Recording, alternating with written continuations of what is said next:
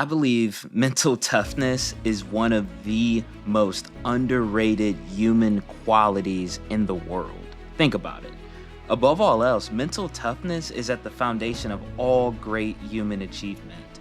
It is mental toughness that makes a person unstoppable in their pursuits. Mental toughness also allows us to get through any obstacle or adversity life could possibly offer, making a person unbreakable.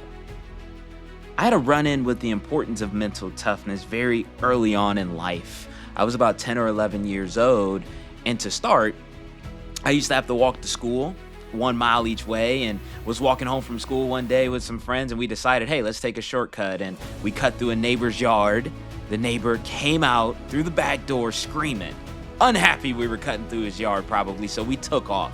We booked it, and as we were running, we ran right through the backyard, and his house was positioned on top of a pretty large hill. We came out the backside, and I kept running. I was the fastest of my friends at that time, so I ran and was far in the front and realized I was on top of an apartment building coming out the other side of his backyard. So I stopped, but my buddy Mike, he didn't see that I stopped. So as he was still booking it, he didn't realize till the very last minute that we were on the edge of a building, and he ran right into me, knocking me off the building. As I fell, I thought to myself real quickly, hey, land, tuck, roll, we'll be good. And I went to execute the land, and I passed out. When I woke up, I quickly realized I had no feeling in the bottom of my legs. And then I looked down, and both of my ankles, both my feet were just dangling from the ankle down. I had shattered both my right and left ankles. After 2 days of reconstructive surgery, they put casts on me, these giant blue casts, all the way up to my thigh. So I was completely immobile. And the doctors told me they did such extensive work that it would take about a year and a half to recover from this injury. And there was a strong possibility that while I may get back to everyday normal walking, maybe a brisk jog, athletics were probably out of the question. Well, you guys know the end of that part of the story. So I went home, and just imagine now, I just went from being a young, energetic, all over the place kid to now being immobilized, broken ankles, and having now been experiencing some of the worst pain of my life. I'll tell you, that first week, that pain was so excruciating, I couldn't even describe it to you. I couldn't sleep at night, and then these painkillers they gave me made me feel so awful and so yucky, like nauseous to all the way up my stomach with heartburn and lightheaded and just oozy, that I couldn't determine what was worse, the excruciating pain from my knees down or the yuckiness from taking the painkillers. It was awful, guys. It was awful. Well, 2 weeks into this awful experience, I got hit with some news that as a young kid I had never experienced just yet. I was told that my uncle passed away. And I didn't understand this. I've not run in with death quite yet, and I'll never forget my mom sitting on the side of my bed explaining to me what this meant, because I just didn't get it. What do you mean he's gone? What do you mean he's gone to heaven? So he'll be back later? He'll be back in a couple weeks? Like, what does this mean? And she's letting me know, no, he's in a better place. He ain't coming back. Next time we'll see him will be when we go to heaven. Like, when we go to, what does this mean? You know, as a young kid trying to wrap your head around these concepts while dealing with some of the most excruciating pain, you're immobile. What is happening right now? My emotions, my mind was everywhere. And then, another week into this unbelievable circumstance, I was given similar news. My godmother, a woman who literally helped raise me. I mean, she potty trained me. She was the one. She gets the gold star, because I heard I was a bundle of joy to potty train. She passed away as well. And for most adults who understood the scenario, they saw this one coming just because she had been dealing with lung cancer for a few years. She was a chain smoker, and although she was young as my uncle and young as my mom, she had developed cancer, and it ultimately claimed her life. She moved on to heaven. Here we are now, me going through this scenario again, and I haven't even wrapped my head or my heart around my uncle, and I get this news again. And at this point, I was a wreck. You can imagine, 10, 11 years old, your whole life is flipped upside down. Now you're being taught through real life experience with death, what it means to die and move on and go to heaven. And it's just like, wow, it can't get much worse than this. But it did, because I am not forget, it was later the night after the funeral, I start to experience this itch in my cast. And it was positioned in a place that there's no way I can get to it. And it was annoying. I mean, this itch, it started to spread up my shin, and it just was unbearable. Here now I have the pain. Now I got this itch. I mean, I would beat the cast to see if I could just get some vibration through to comfort this itch, and nothing. This itch it stayed there for weeks, y'all. This itch did not go away. It's like, my gosh, it can't get worse than this. That's really where I was at. And I remember it was a night I finally fell asleep, and I woke up in the middle of the night, and my father was there sitting on the foot of my bed.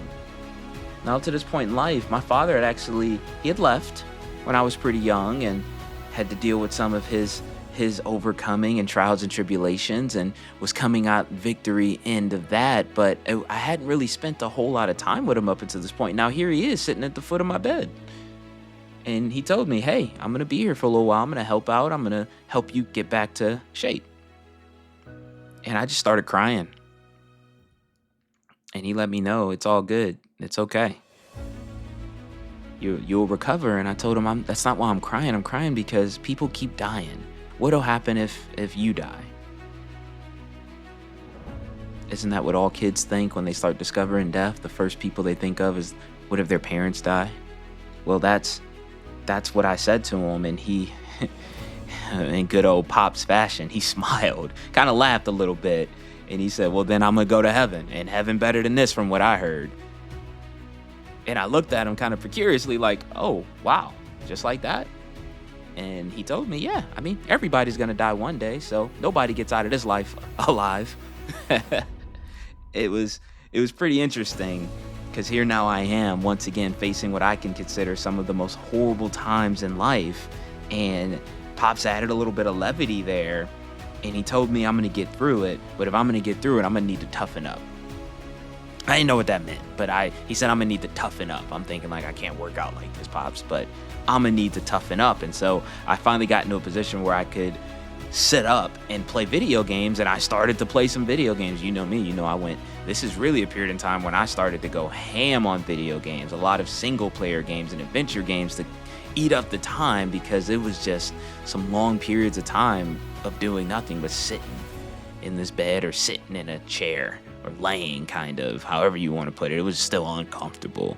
But I ran across this game, and it was called Brave Fencer Musashi. It was a game where it was a single-player adventure game, pretty rare nowadays to even find it.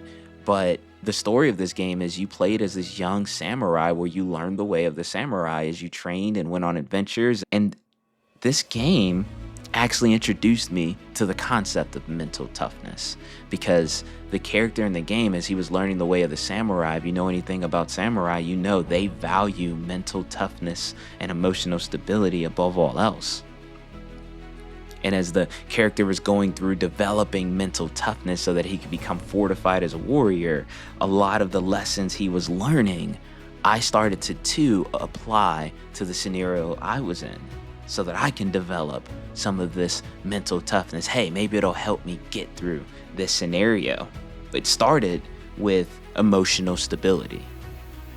The character in the game, he had to ground himself emotionally before he can train himself mentally, because if the emotions were everywhere, he couldn't then control the mental.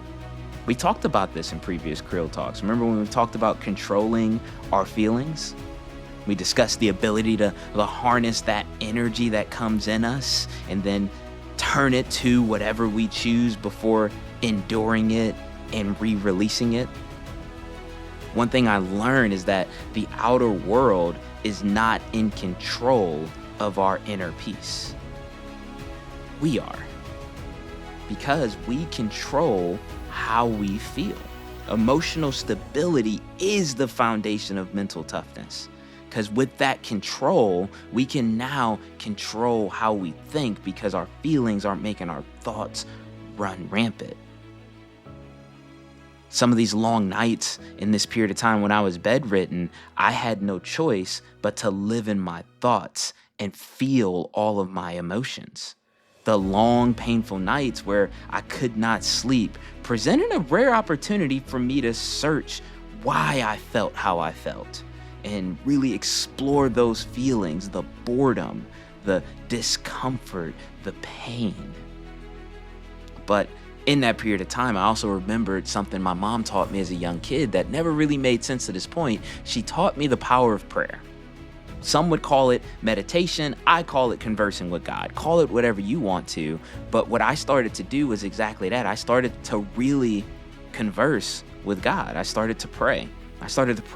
It started off in 10 or 15 minute increments, but then I found myself, because I couldn't sleep with the discomfort and the pain, I found myself truly praying some nights all night, just feeling that discomfort, exploring that pain and talking to God. At first, it was the victim mentality. It was the why. Why is this happening? Why me? But as I continued to play that game and days would pass and I started to see what this main character was going through when developing mental toughness, one thing I realized is that the stuff that happened in life didn't happen to him, it happened for him. It seemed like every adversity I encountered in the game set me up to be able to get to the next level and thrive and grow. And I started to look at this adversity through the same lens.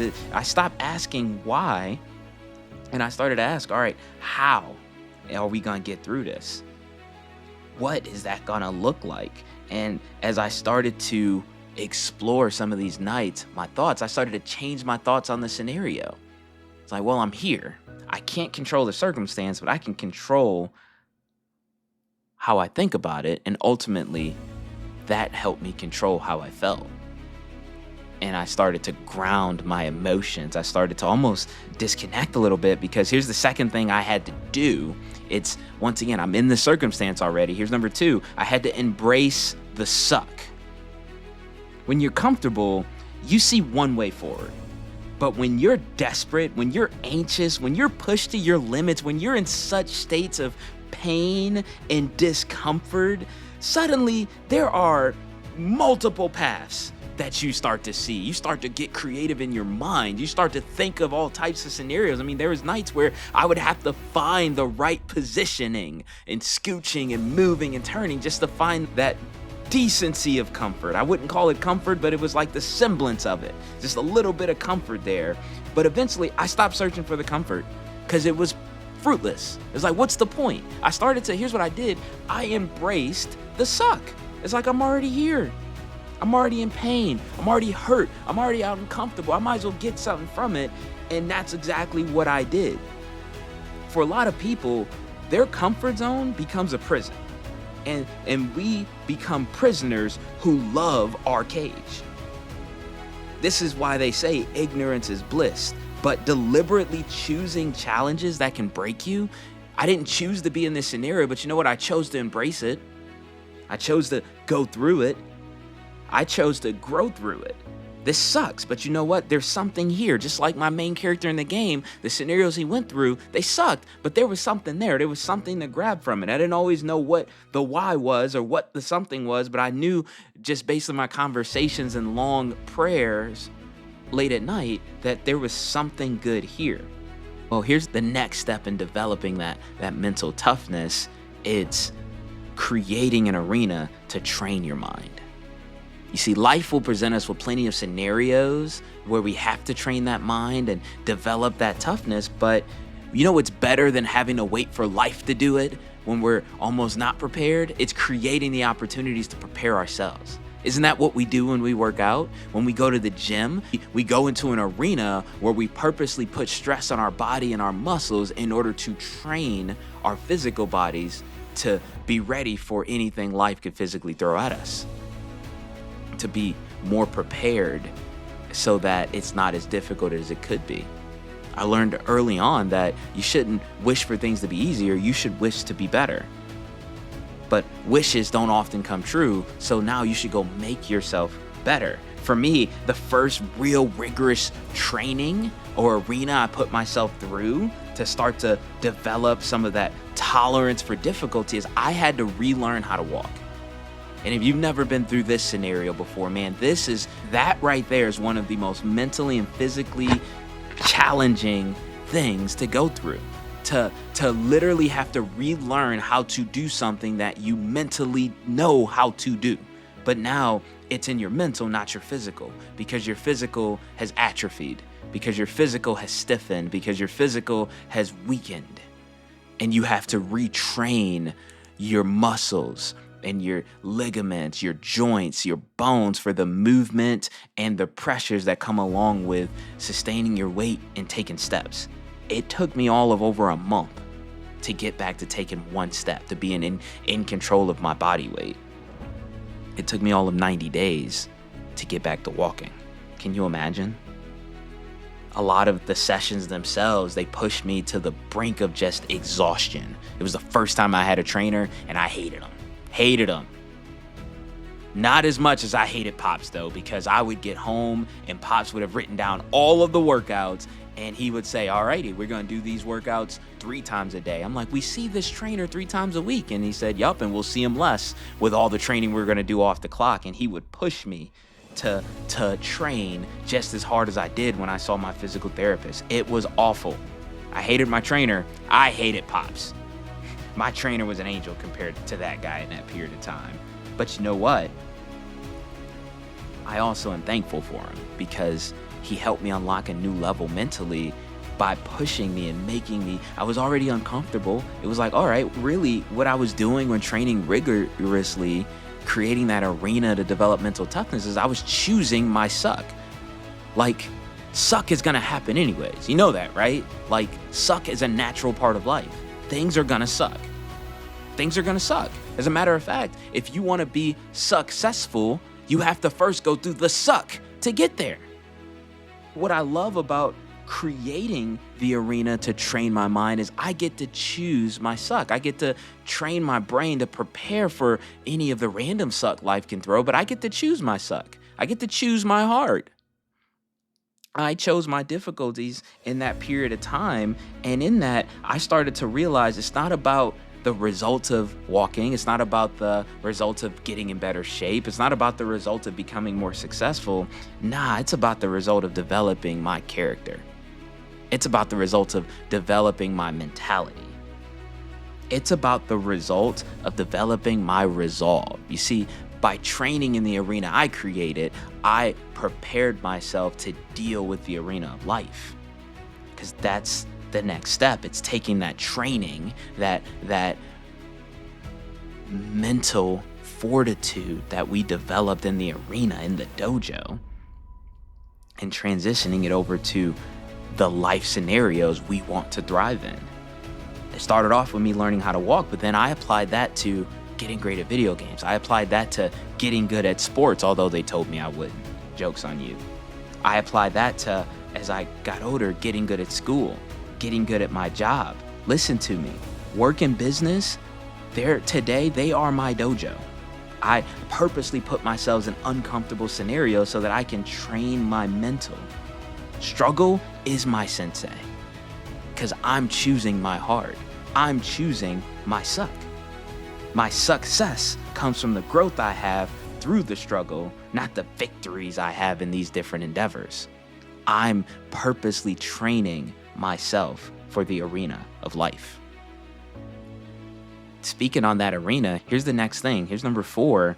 We got to stop taking that arena so seriously. If you think back, remember when I mentioned Pops and he kind of laughed a little bit when I brought up the idea of him dying and just all of that stuff and all of the things I was going through. Here's what I really got from that. You see, the reason Pops laughed, he wasn't making fun of me. He was enjoying the moment. Remember what he said? Here's the thing about life. Nobody gets out alive. So why take it so seriously? We all are gonna end the same way. So we might as well enjoy the journey. Levity and joy are a choice. We can have fun, we can laugh, we can smile even at the toughest times, because life isn't really that serious. For real, if we control what we can control and leave the rest to a higher power, for me that's my Heavenly Father, then everything else will figure itself out. For real, how much control am I really in anyways? I can control two things: my actions and my attitude. That's it. I learned that in this period of time because I couldn't control. Once the ankles was broken, I couldn't control that they were broken. I couldn't control them cast all the way up to my thighs. I couldn't control people passing away. I couldn't control the unbearable pain, the discomfort of the itching, the taking forever to get these casts off, the 90 days to relearn how to walk. I couldn't control that I had to go through those things. But you know what? I can control how much joy I have in the journey as I go through those things. Because why take it so seriously? I in that period of time started to really develop this mentality of, if it doesn't matter in 5 years, then it doesn't matter.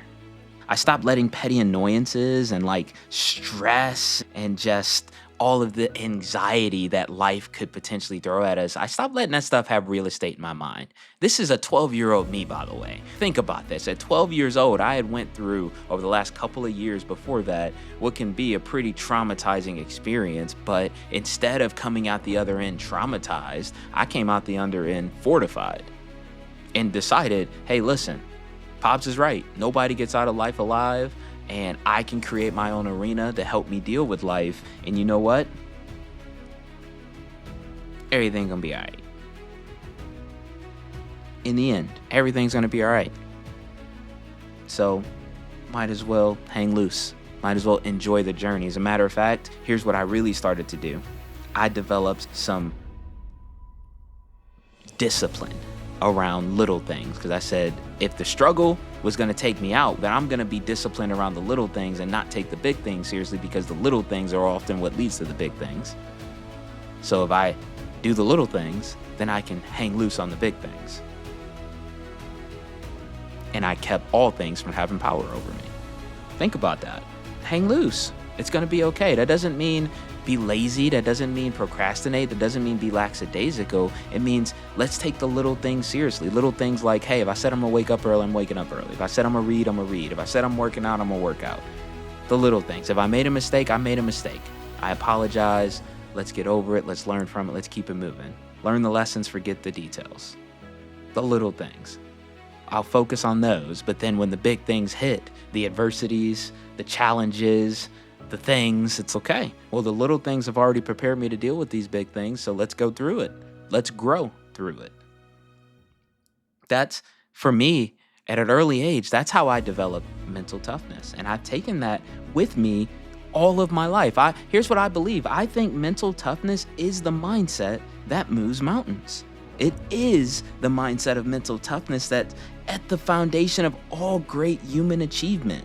That's because what really stops us from being great isn't the difficulty of the grind or life or the things. It's forgetting why going through the grind is worth it.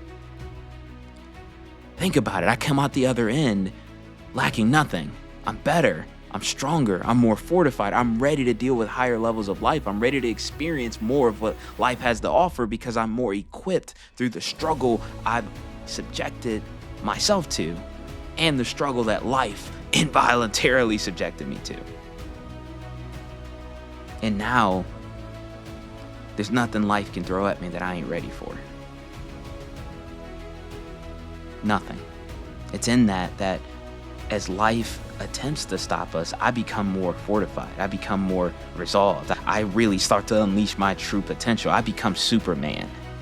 That's what I believe Superman really is, by the way. Superman isn't necessarily some impenetrable and some invulnerable being. Superman is a man that decided to embrace the struggles of life and the chaos that comes and fortify their mind stabilize their emotions, and go through it head first. That's what makes them super. Let's go develop this mental toughness, family. Let's go train our minds to be prepared for anything life can throw at us by creating our own arena, our own dojo, to strengthen up, to toughen up, and to be stable through. Believe.